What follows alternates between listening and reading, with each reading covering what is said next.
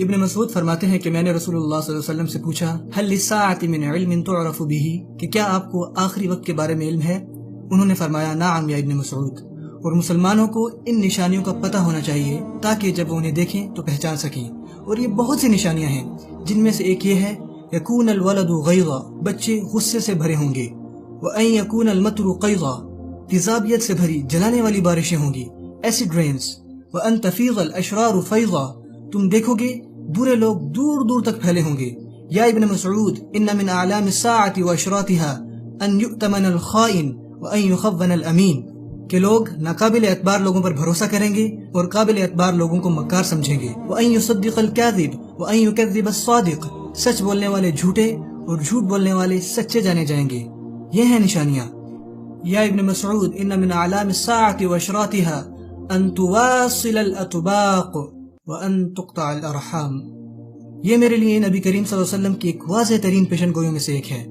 انہوں نے فرمایا تواصل الاطباق، یعنی آمد و رفت ڈشز مسلسل رابطہ رکھیں گی، اور آپ صلی اللہ علیہ وسلم نے وہی سیم لفظ استعمال کیا جو سیٹلائٹ کمیونیکیشنز کے لیے استعمال ہوتا ہے، مواصلات، اور لوگ ایک دوسرے سے قطع تعلق کر لیں گے۔ دوسرے لفظوں میں لوگ گھروں میں رہیں گے اور حال دنیا ٹی وی سے معلوم کریں گے، لیکن ساتھ بیٹھے پڑوسیوں تک کی خبر نہیں ہوگی۔ یہ ایک انتہائی حیران کن حدیث ہے میرے لیے۔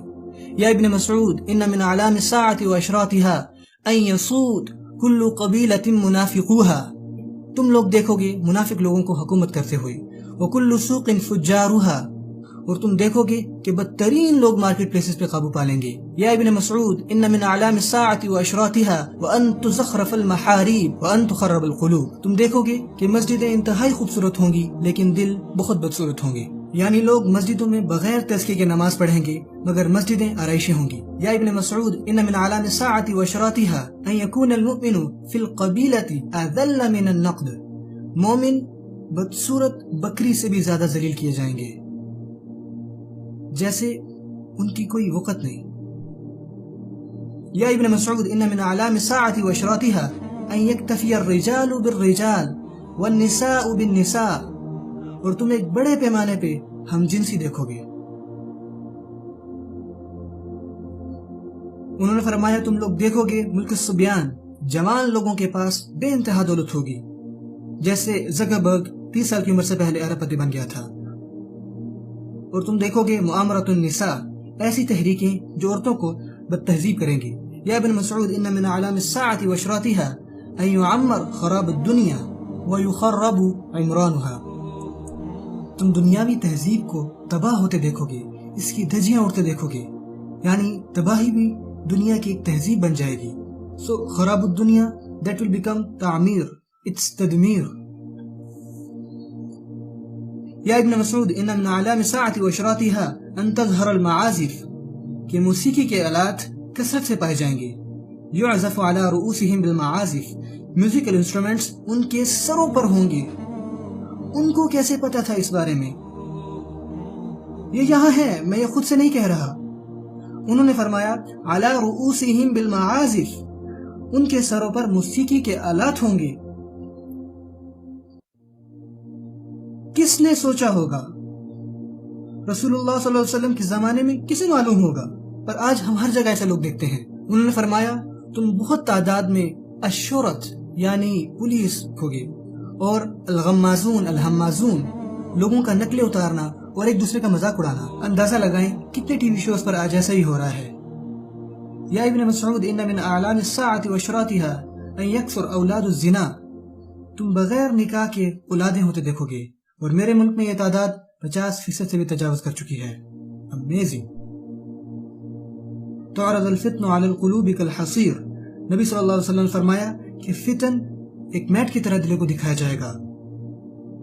عودن عودن، اس کی 2 لائنیں ہوں گی، ہاریزونٹل اور ورٹیکل۔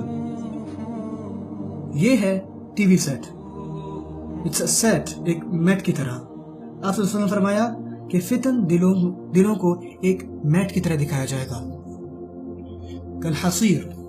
اور اس طرح شیطان دلوں کو، نفسوں کو تباہ کر رہا ہے، ان سب کو ٹی وی اور فلموں میں دکھا دکھا کر، تب تک جب تک انسان تشدد کا عادی نہیں ہو جاتا، اور اب ان کے لیے ایک نارمل بات ہے، کوئی حیرانی نہیں۔